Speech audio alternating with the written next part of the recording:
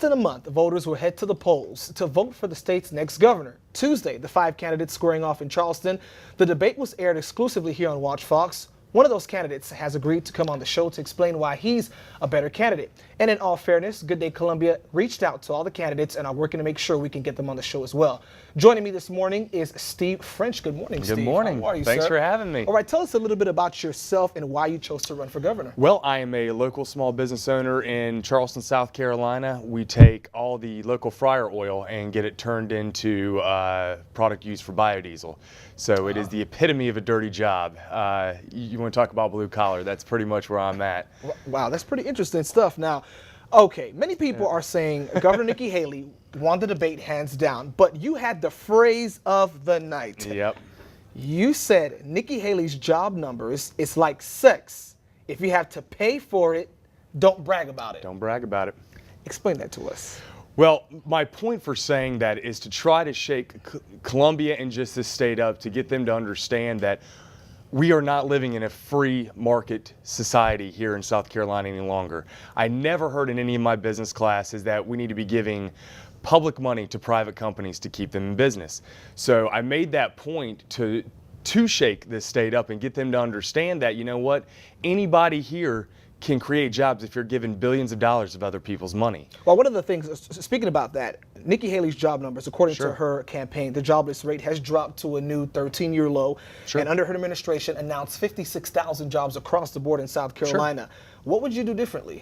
Well, first off, I would question those numbers. Anybody can Google what the national average is for job growth over this past 4 years.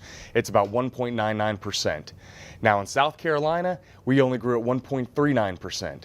So whatever job number she's telling you right now, they actually should be about 20,000 more just for us to be average.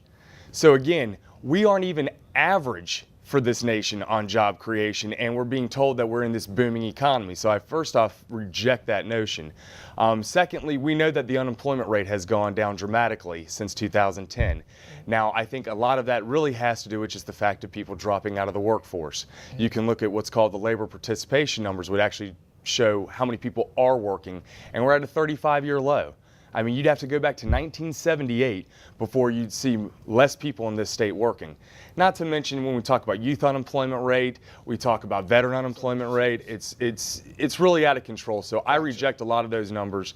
And for me, the biggest way of creating jobs is to stop the crony capitalism that's going on in this state and really talk about tax relief by getting rid of the corporate One of the other issues with Colorado legalizing marijuana, many people are looking at, okay, is South Carolina going to be next? Currently, we can use the oils for medical use. So should we just go ahead and legalize it altogether? Well, I would be in support of that. I am 100% for decriminalizing marijuana, just at minimum to start with, because this state spends $157 million continuing to lock people up for victimless nonviolent crimes. So regardless of what you think about it, everybody in this state is paying for it. We still live in a state that we spend more to incarcerate an individual than we spend to educate a child.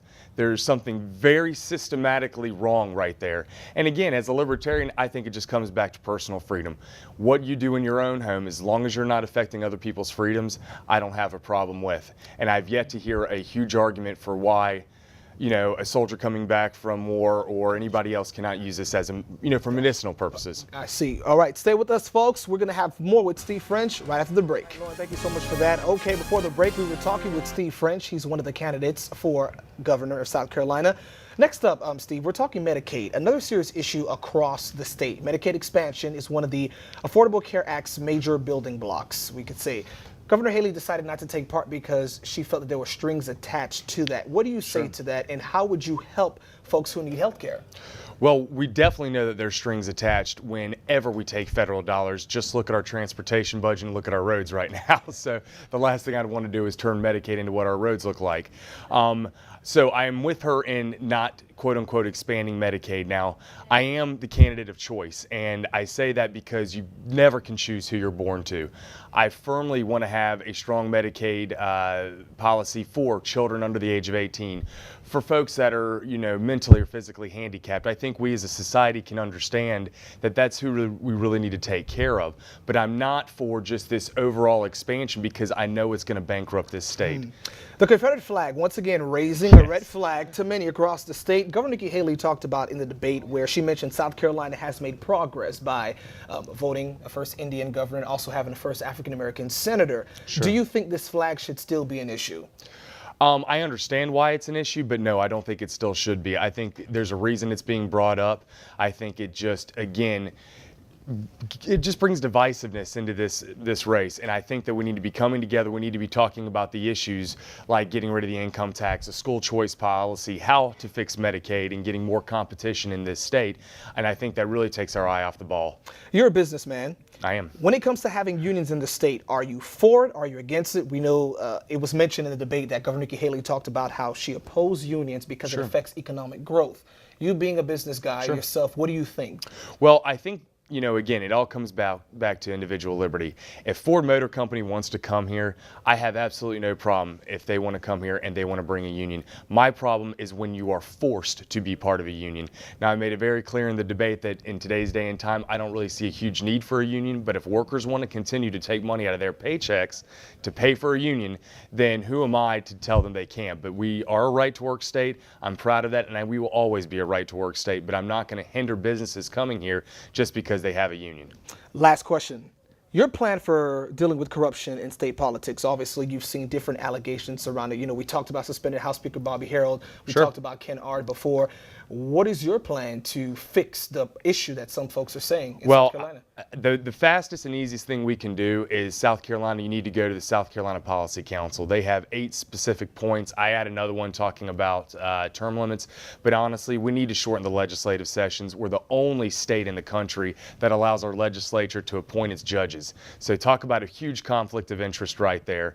I think that we definitely need to make sure our elected officials are, you know, adhering to the Freedom of Information Act and allowing us to see where they're getting their private income from.